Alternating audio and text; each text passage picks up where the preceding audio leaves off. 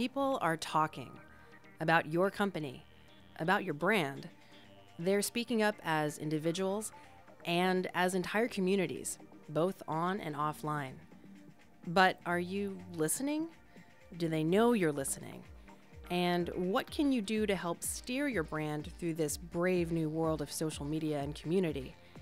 Here's what our friends from Facebook, Flickr, and Yahoo had to say about it.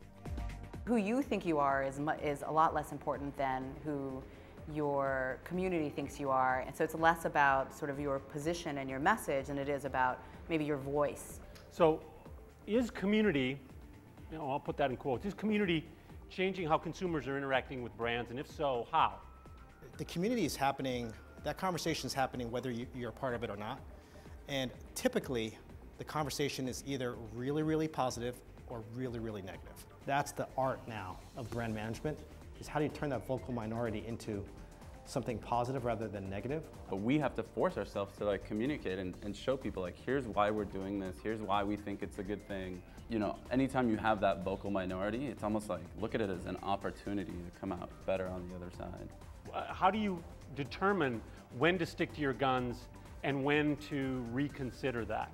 We talk about being data informed versus data driven, meaning you look at the data and you kind of know your true self. So I think another way to look at it, that we look at it, is being customer informed, but not customer driven. Ultimately, If you try to serve both, you will fail, because then you're going to be serving no one. Are there brands that you admire for being very open and social, but aren't typically, you think of an online or a digital brand? To me, it's sort of a misnomer, offline brand. I can't think of a major brand that is offline. I don't agree that offline brands don't have something really amazing to offer the world of social and communities, and that's because offline entities, institutions, organizations, groups, etc.,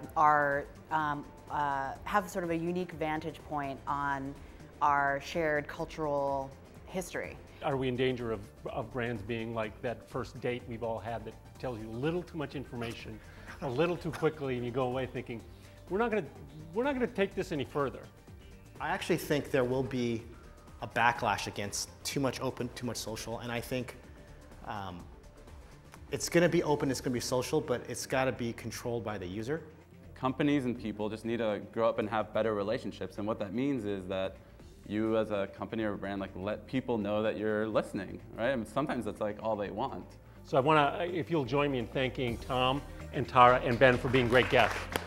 Thank you. And thanks to all of you for attending.